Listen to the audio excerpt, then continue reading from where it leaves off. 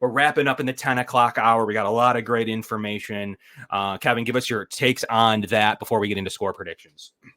Yeah, I want to talk about the game plan real quick. So if we could construct it a little bit more than what we did with Kevin, I think that this is going to be another big Josh Allen game, because I didn't even realize until just a little bit ago that the Ravens are dead last against the pass, but they're first against the rush. So they have the 23rd ranked defense in total, and they're in the bottom half of scoring as well. And if you look at the Bills, who are the first team in scoring, they're averaging over 37 points per game now. I think this is a game where if you can replicate what you did last week against Jacksonville, make Lamar have to throw on you. Because Sean McDermott has had a lot of success with Lamar Jackson in the past. The Bills haven't had as much success defending Derrick Henry. So you don't want the Ravens to dictate this game and have Derrick Henry run all over you. So if your offense can click, make Lamar Jackson have to make those tight window throws. And I think that that's when the Bills play their best and they start to get that momentum and they can kind of feed off of each other. And like Sean McDermott says, complementary football. So I think that's my game plan right there. Have Josh Allen air it out, spread the offense out, get everyone involved.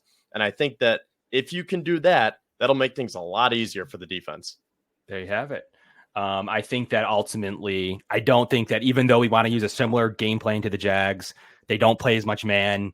They have better DBs. It's a better team all around. Ultimately, I know they have some struggles with Roquan Smith right now, but their defense is getting to the quarterback at a better rate. Their DBs are stronger. If anything, like you're going to see some lapses offensively from the Ravens. I just think Derrick Henry's better than what Travis Etienne. Ultimately, it all comes down to that offensive line for the Ravens. If it comes in healthy, they'll have a good shot to move the ball. If it's more banged up than Kevin was thinking, I think it could be a longer day for the run, therefore a longer day for Lamar. So I think that the offense is going to be constructed as such to take what they give them. Don't force anything. Don't think you're Superman. Continue to do what you do. Too high, run the ball if you need to. I just don't think that Harbaugh is going to give you a Josh Allen man coverage day. He's going to make you beat him with short passes. He's going to make you beat him with running the ball in too high. Like that's what it's going to come down to. So Josh obviously has been successful at that, but it's a lot different than when you blitz or play man against Josh, where he plays at an elite level. His too high numbers are still average. They're about, I think he has 28 interceptions and 28 touchdowns when a team just drops into too high. I just don't know how every team doesn't utilize that method. You know, teams they do try it, but you need to have the right personnel. The Ravens do have the right personnel, but they are struggling against the pass right now. So we'll see if they get right or if they're going to struggle again because Dak Prescott took care of them, especially late in that game.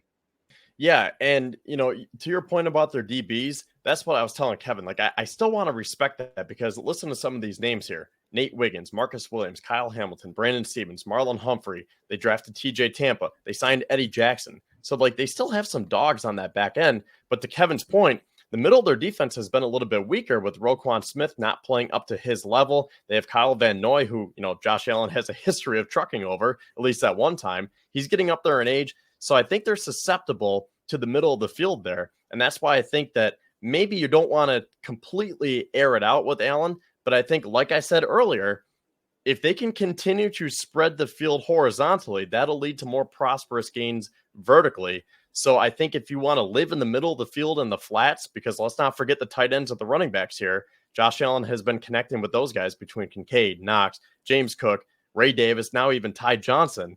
I think that is the key to the game right there.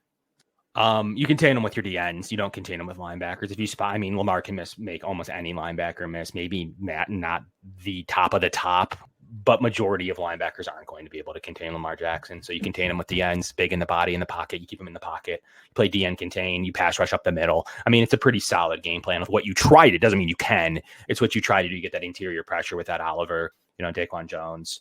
And you contain him more with like AJ Epinesa is built for this kind of game. It's an AJ Epinesa style of game more than is up the field like Von Miller. So it might be AJ Epinesa. What you can do with Smoot might be important in this one, and Rousseau. So I don't know where Von fits into this specific game plan, but you may have him in more of a DN contain role to make sure that he is setting the edge and you're keeping him in the pocket. And you're going to give up some DN pass rush. You're going to need pass rush from blitzing. You're going to need pass rush up the middle. So you're going to use that more than a Dorian Williams style contained. But Kevin, it's time for score predictions. What do you think is going to happen? We have a 1-point loss based on what Kevin gave us. What are you thinking? And bring us home with your score prediction. I'm going to go Bills 30-17. I just think that this team is clicking right now, and I know that the Ravens are kind of in desperation mode, but we said that about the Jaguars, and look what happened. The Bills just completely walked all over them. So I don't think that the Bills are going to completely dominate again. Like, I think it will be close, but the Bills will pull away, and I think that McDermott is going to come up with a great plan to contain Lamar Jackson. And again, like I said, as long as you can get up on them offensively, that'll make things easier for you defensively, because it's not going to be a Derrick Henry game. You are forcing Lamar Jackson to have to throw on you, and I think that will bode well for the Bills. So I have the Bills winning 30-17 to improve to 4-0, setting up a showdown in Houston the following week. I agree. I got the Bills 24-20. That's a number that's jumped out to me. I ultimately think there's going to be some points, but there's going to see some frustrating moments on offense for both sides of the ball. Both teams, 24-20 is what I have in this game. I think the Bills ultimately do enough. Josh Allen controls the ball for long enough. I do agree that the Ravens will go on a run, though. I ultimately do believe. I have a little bit more hope in them than being the 5th seed. But I do think they go and take that division from the Steelers toward the end of the year. The Steelers kind of remind me of a team that can get it done. But they always do kind of fall short now underneath this new regime in terms of winning in the playoffs or winning late in the season. They do make the playoffs occasionally.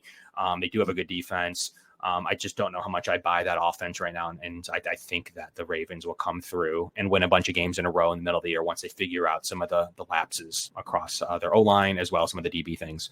So that's it. We really appreciate everybody tuning in for us here today. We appreciate Kevin from coming on from Locked On Ravens. Really great guest, as always. Maybe we see him in January, whether they're the 6th seed, 7th seed, 5 seed. The Bills can match up with them in the wild card round. They can match up with them in the division round, all the way to the AFC Championship game. So I think there is a likelihood that the Bills could see them again. It is a likely contender